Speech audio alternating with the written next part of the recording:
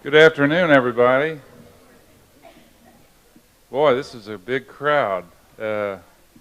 One thing I've always found out about Missouri, if you've got some announcement coming, about half the crowd finds out about it before you actually have it. So I know that's why everybody's here. My name is Barry Hart. I'm the CEO of the Association of Missouri Electric Cooperatives. And we're going to introduce some folks here that are going to announce to our state today one of the most exciting things that I've ever heard of in my 38-year career in the electric energy industry in the state. Before we do that, I know there's some dignitaries here that also are interested in this project and that have shown up and shown interest, so I want to introduce them. Now, if I forget anybody, just yell out your name and we'll make sure we get you introduced. But when I first came in, I saw Representative Nate Walker. Thank you, Nate, for coming. Representative T.J. Berry. T.J., thank you for coming. He's been very interested in this project from day one. Representative Travis Fitzwater. Travis, thanks for coming. We also have with us a good friend of ours for a long time, Mr. Steve Hobbs, who's the Audrain County Presiding Commissioner. Where's Steve? There's Steve right there. Thanks, Steve. And we also have with us Leanne Tippett Mosby, who is the Director of our State Division of Environmental Quality. Leanne, thanks for coming. Anybody else I missed?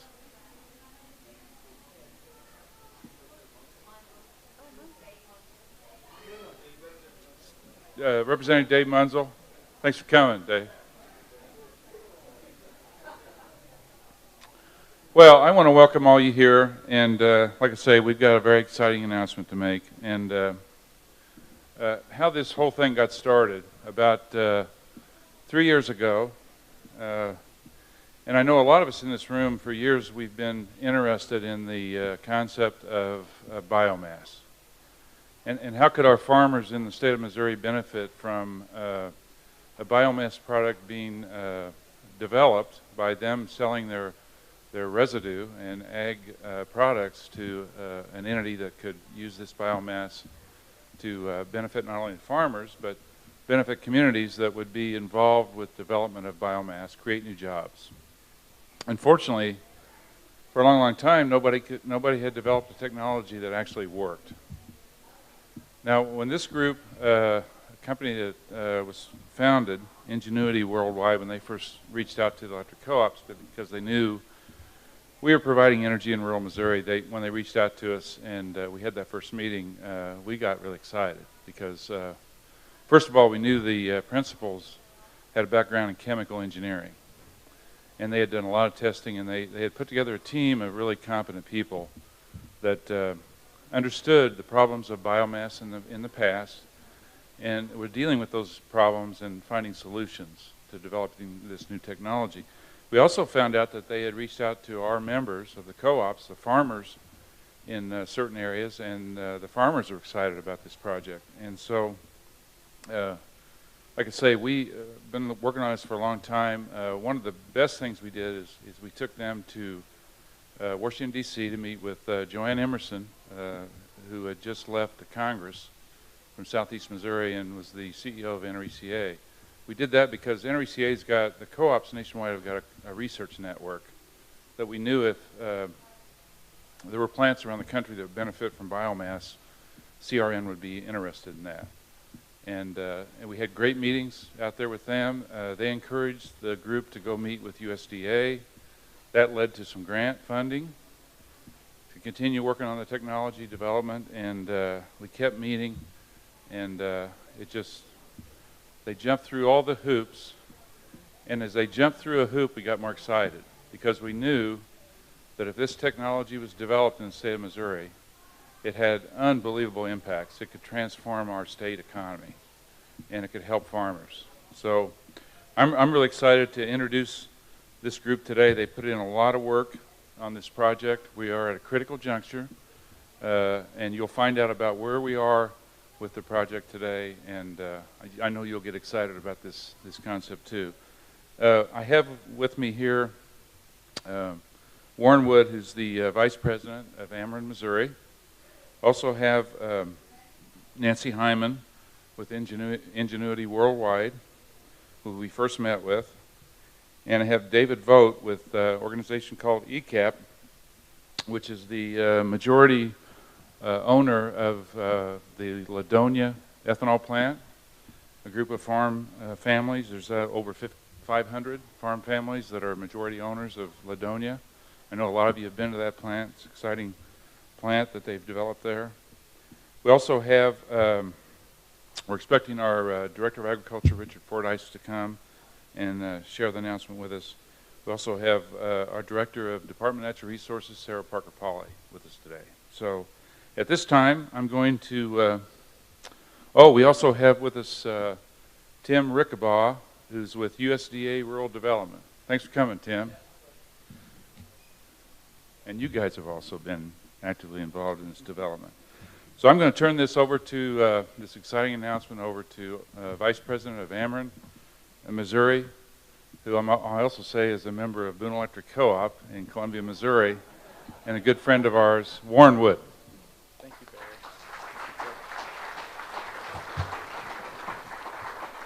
Barry. Thank you, Barry. And a special thanks to the Missouri Electric Cooperatives for hosting this event in your building. You know, when I think of energy issues, I think of the state fair. I can't think of a better place to have this discussion than right here. As Missourians, we're blessed to live in a beautiful state. You look at our large cities, small cities, rivers, lakes, all the different mountains, hills, forests, and millions of acres of fields with grass and row crops. Now, as Ameren Missouri, we're focused on providing our nearly 3 million customers with safe, dependable, and cleaner energy. And we're looking at ways to make sure that we are always being good stewards of the environment while we do that. Now, as we look to meeting the future needs of our customers, we're working to transition to a cleaner and more diverse mix of energy resources. You know, in recent years, this has included hundreds of millions of dollars in investment in solar, wind, waste-to-energy projects, and hydroelectric power. So, Missouri is blessed with millions of acres of row crops and grass, and we have electric service providers looking for ways to transition to a cleaner and more diverse mix of energy resources. Wouldn't it be great if some smart people came along and came up with a way to convert some portion of that renewable biomass from Missouri's farms into a viable fuel to generate renewable and sustainable energy at a low price point or a competitive price point? That's why I'm excited about announcing this partnership with Ingenuity and ECAP, both of whom you will hear from in a minute. You know, Ingenuity has developed an innovative biomass technology that has thus far demonstrated good compatibility with co-firing in existing energy centers. Additional assessments remain, but this may represent a bridge technology between the farm field and a means to generate renewable energy for our customers at a good price. You know, it's also exciting to be part of a partnership to benefit the customers and communities we serve. With what this partnership could accomplish is finally tapping a largely unused source of sustainable energy right here in Missouri, which could provide a boost to the state's rural economy and increase Missouri's energy independence, keeping more of Missouri's dollars right here in Missouri. Thank you all for your interest in this exciting partnership. We look forward to keeping you informed as we make progress in this area. And with that, I want to turn it over to Nancy.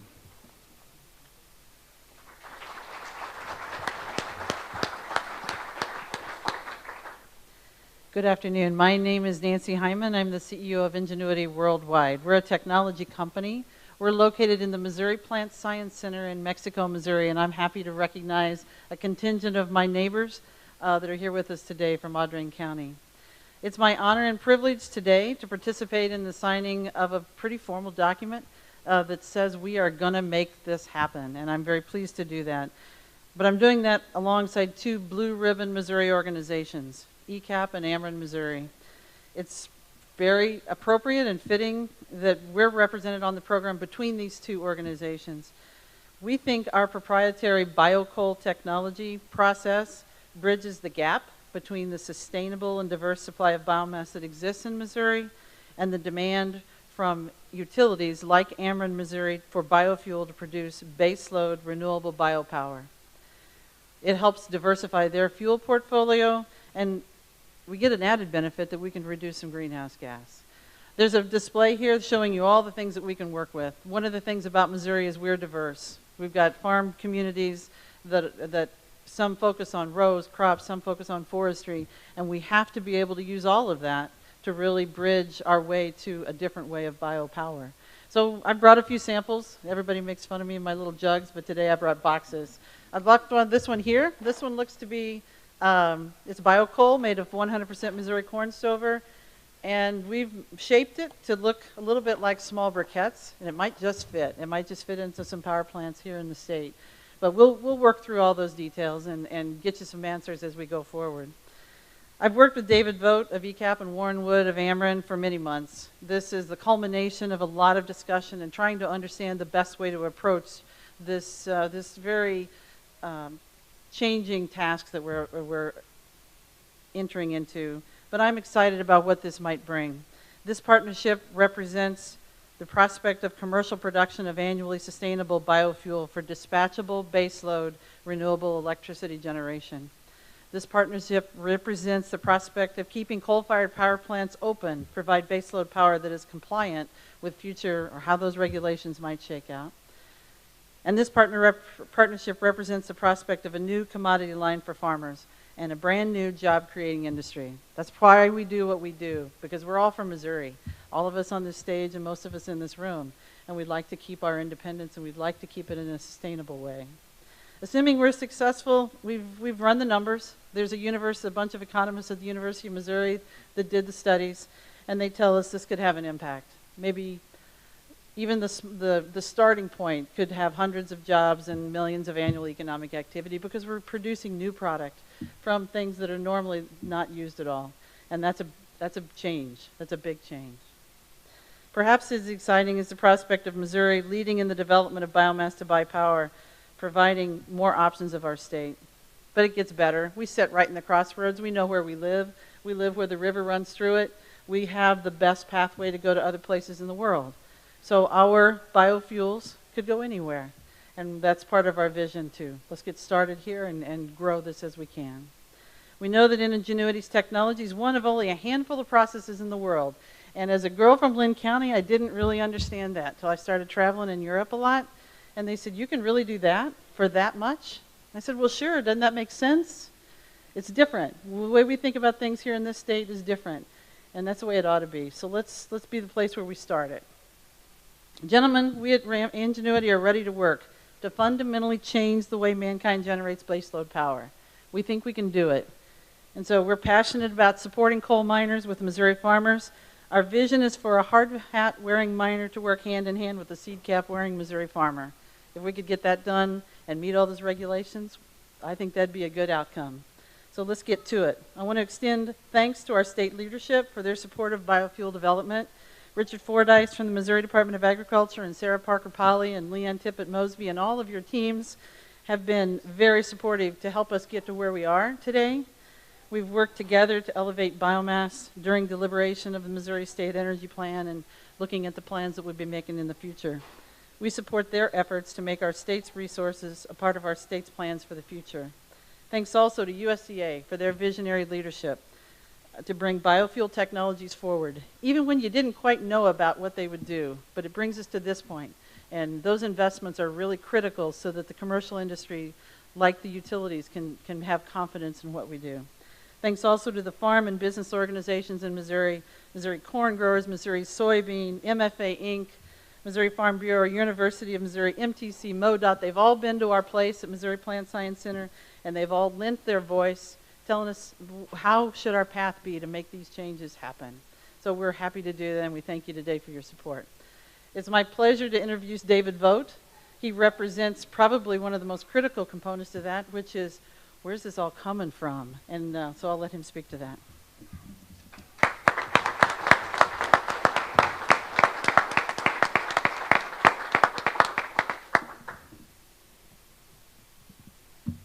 Good afternoon. My name is David Vogt, and I'm chairman of ECAP LLC. I represent over 500 farm families, Missouri farm families, that make up the member owners of ECAP, a few of which I see in the room today, so thanks for coming. On behalf of those farm families, I'm thrilled to partner with Ameren and Ingenuity to work through the challenges of providing biomass for energy generation. ECAP members currently provide much of the 21 million bushels of corn needed to produce 62 million gallons of ethanol at Poet Biorefining in Ladoga, Missouri. We believe ECAP members also have the agricultural and financial resources necessary to meet Ameren's biomass needs. As you can see from some of the maps, Missouri is in the middle of America's biomass corridor. We are blessed with a diversity of supply ranging from agricultural residues to grasses to woody material. Our focus will be on harvesting corn stover from our most productive fields, then chopping it, densifying it, and converting it to biocoal. If we are successful with our partnership, ECAP could be providing up to 200,000 tons of biocoal produced from 300,000 tons of raw biomass each year. We project this will require about 100,000 acres of excess agricultural residue. That's a lot of corn stover. While this may seem to be a significant challenge, I believe our Missouri farmers are up to the task.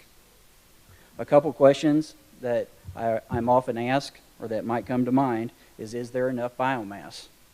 We believe there is, and we're willing to spend the time and the resources to test our theory. Another question I get is, don't you need to leave the corn stover in the field to replenish the soil nutrients and prevent soil erosion? We're committed to finding the right agronomic and economic balance regarding biomass removal. Studies have actually shown that reducing biomatting in cornfields can enhance production the following crop year. It is our intention to continue to be good stewards of the land.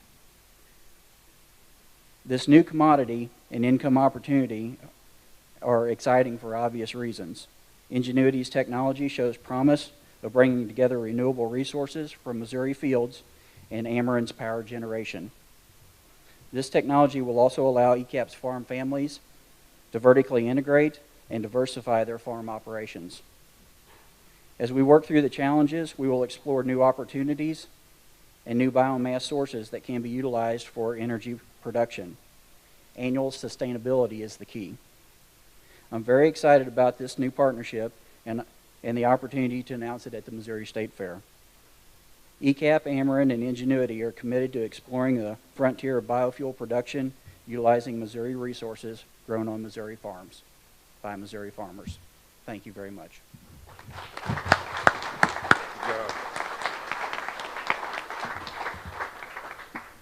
As was said earlier, we wouldn't be where we are right now if we didn't have the support of our state. And a key component from our state involvement is the Missouri Department of Agriculture. Those of you that know Richard Fordyce, I don't have to tell you how great an agricultural leader this man is, and how he's pulled together Missouri's agricultural leaders to deal with the challenges. We can even see it at our state fair, the changes that have been made to promote agriculture. And so it's my honor to present our Director of Agriculture and a member of Grundy Electric Co-op to you, Richard Fordyce.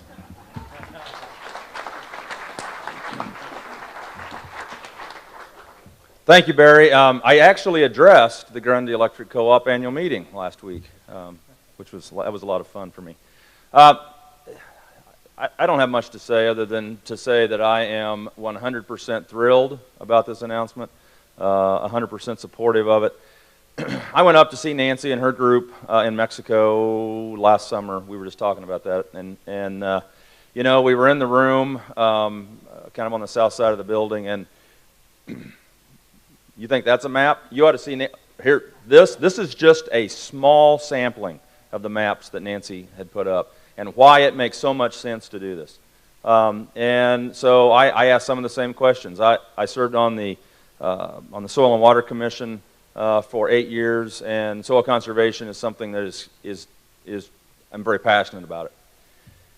And so that was the first question I asked. And Nancy assured me that the harvest of corn stover would be something that would be beneficial.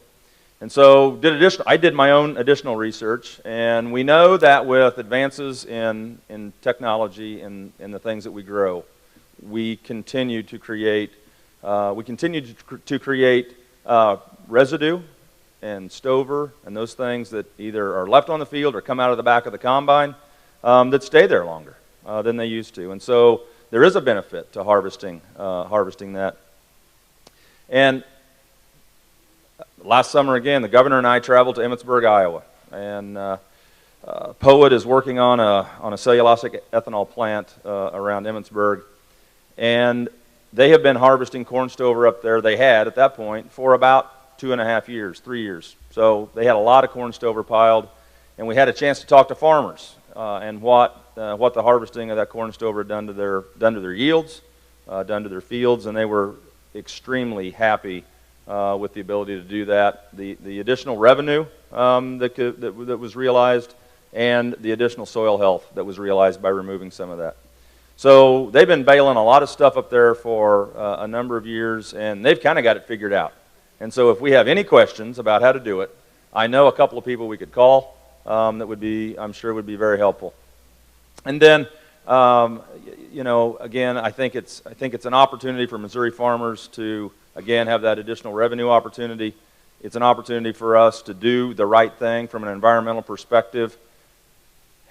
How many of us turn on the light switch on our farms and the power that comes to our farm is generated by a coal-fired power plant?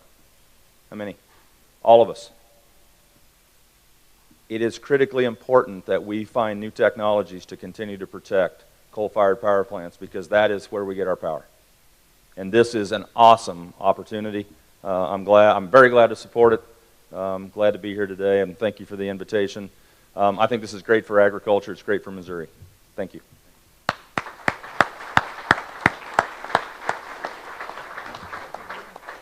Okay, it's also my honor to introduce to you Sarah Parker-Pauley, our Director of the Department of Natural Resources.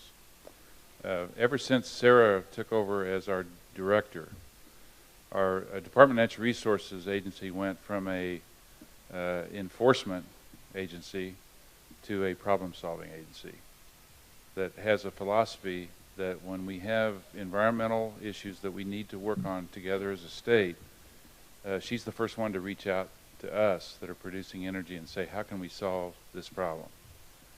She's brought a very refreshing change to how we can protect Missouri's environment, and she's been very helpful to us as co-ops as we very proudly built some of the largest wind farms in the Midwest.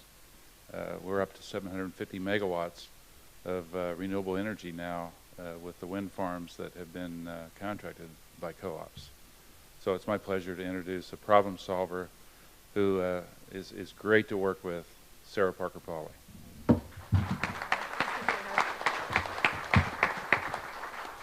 Well, you've already heard from quite a few folks today, so I will keep it short, but I do feel like I'm just so honored to be part of a historic meeting and an historic announcement.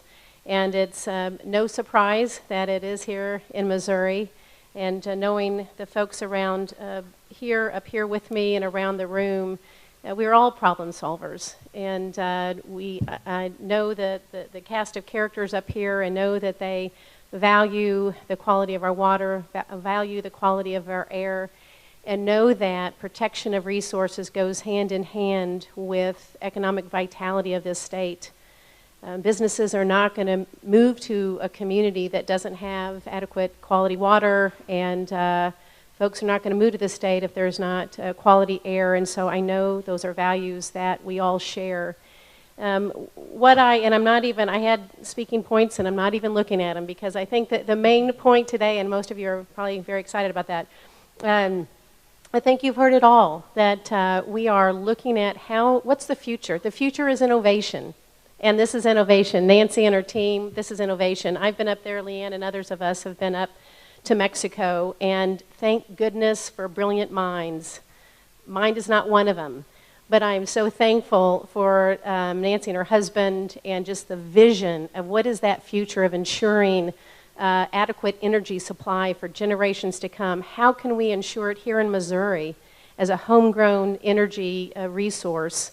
And at the same time, increasing jobs and assuring that we are protecting our air quality for generations to come. So this is just exciting to be part of this, to see the innovation, to see technology at work in order to benefit all of us. And as the environmental regulator, to see that's the future for me, is problem solvers coming together to figure out how we protect these resources that we all depend upon. So I appreciate just being up here today and being part of this announcement.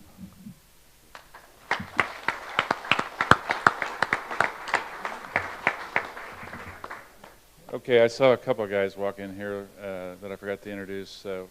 This one gentleman is officially retired now, so I'm surprised his wife let him get out of the house. But another visionary in the electric co-op program is Don Shah, who was the CEO of Central Electric Power Cooperative. And Don's right back there. He took his hat off. Let's give him a round of applause, too. Don has always been a technology guy, and I think he saw the potential of what this might mean to our state. Another guy is way back in the back of the room, our newest state fair commissioner, he's now retired CEO of NW Electric Power Cooperative in Cameron, Don McQuitty. Way back there in the back. And Don was also a pioneer in helping the co-ops realize that there was a benefit to our state to developing wind resources and generating electricity with wind. So, the other guy I wanted to introduce is hiding here, but he's a great supporter of Missouri agriculture, and we're going to need his help to help pull all of this effort together, and that's Blake Hurst, President of Farm Bureau, hiding behind that banner over there. Thanks, Blake. We're going to find a market for Blake's corn stover. So that's the presentation, and I guess we now open it up for any questions. Okay. So thanks everybody for coming. I know this is a great potential for Missouri agriculture in our state, and so I hope when the team of experts, as we're moving forward on this important project, when they give you a call, I hope you'll say, yes, I want to help. Thank you very much.